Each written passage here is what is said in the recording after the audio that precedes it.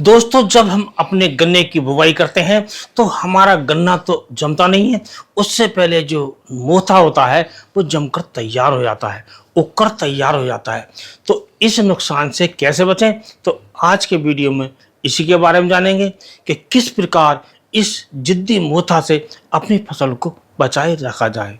अर्थात जब हम अपने गन्ने की बुवाई करते हैं तो गन्ने की बुवाई के बाद हमारा जो मोथा है वो ना उगे, और उससे पहले हमारा गन्ना उगना चाहिए।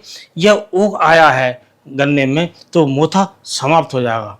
तो इस प्रकार आप इस प्रक्रिया को अपनाकर अपने गन्ने से जो मोथा है उसको दूर रख सकते हैं और कुल मिलाकर विभिन्न परेशानियों से बचते हुए अपने गन्ने को ज़्यादा उत्पादन ले सकते हैं।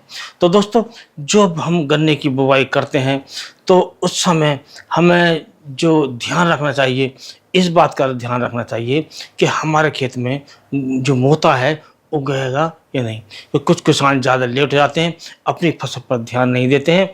यदि आपने गन्ने की बुवाई कर दी है और उसमें मोथा उगाया है और इसके बाद चाहे गन्ना आपका उगा है या नहीं उगा है, मोथा उगा है, तो मोथे को आप बिल्कुल जड़ से समाप्त कर सकते हैं और इस जिद्दी खरपतवार से मुक्ति पा सकते हैं। क्योंकि ये जो मोथा होता है एक विशेष प्रकार का ऐसा खरपतवार है जिसे हम आज यदि समाप्त कर दें, निराई द्वारा इसे निकाल दें, तो कल ये फिर दोबारा निकलना शुरू हो जाता है। इससे जल्दी ऐसा कोई खरपतवार नहीं है जो काटने के बाद दोबारा उगाए। यही एक ऐसा है, यही इतना जिद्दी होता है कि उससे जो मुक्ति पाना काफ़ी कठिन हो जाता है।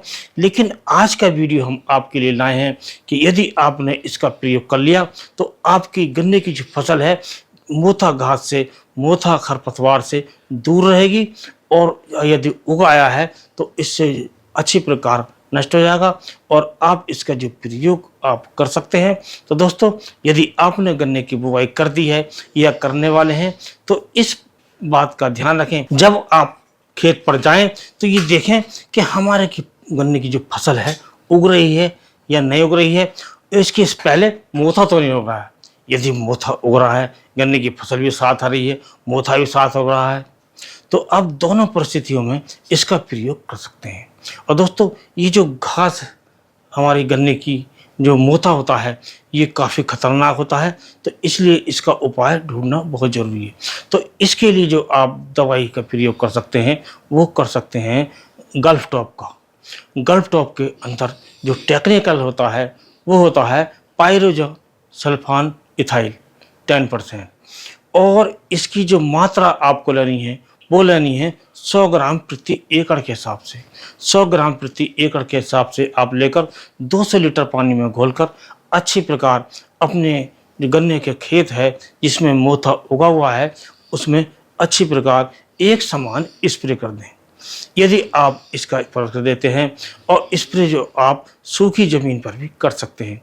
यदि आपने अभी गन्ने की सिंचाई नहीं की है, गन्ना उगना शुरू हो गया है या नहीं उगना शुरू हुआ है लेकिन मोथा उगाया है, तो उससे पहले आप बिना सिंचाई से पहले ही, जब सिंचाई ना की हो तभी आप इसका स्प्रे कर सकते हैं।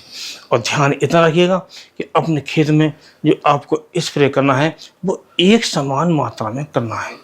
यदि आपने इसका स्प्रे कर लिया तो आपके खेत में जो गन्ने के साथ साथ जो खरपतवार उगाया है, जो मोथा उगाया है, उससे आपकी फसल जो है बची रहेगी। इसका मतलब है कि जितना खरपतवार उगा है, जितना जो मोथा उगा है वो नष्ट हो जाएगा और आपकी फसल पर भी कोई दुष्प्रभाव नहीं पड़ेगा, और इससे आपकी जो फसल है वो ज़्यादा उत्पादन दे सकती है। और इसकी जो कोशिश हमें ये करनी चाहिए कि मोथा ज़्यादा बड़ा नहीं होना चाहिए। ये नहीं हम दूसरे पानी पर, तीसरे पानी पर दवा का इस्तेमाल कर रहे हैं।